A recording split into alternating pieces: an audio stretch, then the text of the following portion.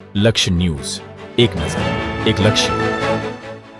દશામાના તહેવારના ગણતરીના દિવસો બાકી રહ્યા છે ત્યારે વિજાપુર તાલુકાના કુકરવાડા ગામે સરકારી દવાખાના પાછળ રહેતા પ્રજાપતિ વિનુભાઈ રત્નાભાઈના બંને છોકરા અંકુરભાઈ અને વિપુલભાઈનો પરિવાર પ્રજાપતિની કામગીરીની આગવી ઓળખ દશામાની મૂર્તિ અને ગણપતિ દાદાની મૂર્તિ બનાવવામાં ધરાવે છે.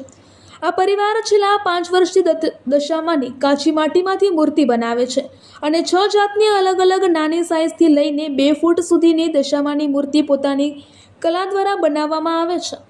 આ મૂર્તિમાં વોટરપ્રૂફ કલર દ્વારા અલગ અલગ ડિઝાઇનનો શેપ આપવામાં આવે છે.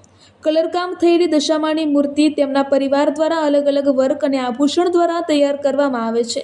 ત્યારે કારીગર અંકુરભાઈએ જણાવ્યું હતું કે દશામાની મૂર્તિ કાચી માટીમાંથી બનાવવામાં આવે છે તેનો ઉપયોગ કરવો જોઈએ, કારણ કે તેને 10 દિવસ વ્રત કર્યા પછી દશામાની મૂર્તિ પોતાના ઘરે પાણીમાં વિસર્જન કરી શકાય છે અને તેનું પાણી તુલસી માતાને છોડમાં પણ કામ આવી શકે છે.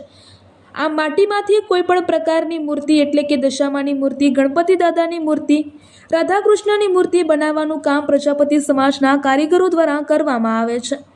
રિપોર્ટર અરવિંદ પ્રજાપતિ, ખેરવા. ના બંને છોકરા પ્રજાપતિ અંકુરભાઈ અને વિપુલભાઈ, તેમનો પરિવાર આ દશામાની મૂર્તિઓ સાથે સંકળાયેલો છે.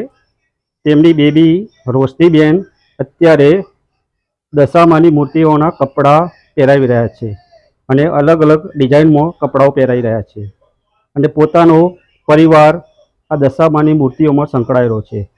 તો આપણે હવે રોશનીબેન જોડેથી 2 શબ્દો સાંભળીશું કે રોશનીબેન કપડાં કેટલા વર્ષથી પહેરાવે છે અને મૂર્તિઓ કેટલા વર્ષથી બનાવે છે. જી રોશનીબેન, બોલો, કેટલા વર્ષથી તમે આ ધંધો કરો છો? અમે આ ધંધા સાથે આશરે 5-1 વર્ષ પહેલાંથી અમે સંકળાયેલા છીએ અને અમે છેલ્લા 2 વર્ષથી આ કપડાં પહેરાવીએ છીએ અને અમે દશામાની રંગબેરંગી મૂર્તિઓ બનાવીએ છીએ અને માટી કલરમાં પણ બનાવીએ છીએ, પછી આ કલરમાં પણ બનાવીએ છીએ અને દશામાને રંગબેરંગી આવા મસ્ત કપડાં પહેરાવીએ છીએ. અને જો તમારે કોઈને મૂર્તિઓ લેવી હોય તો સંપર્ક કરો.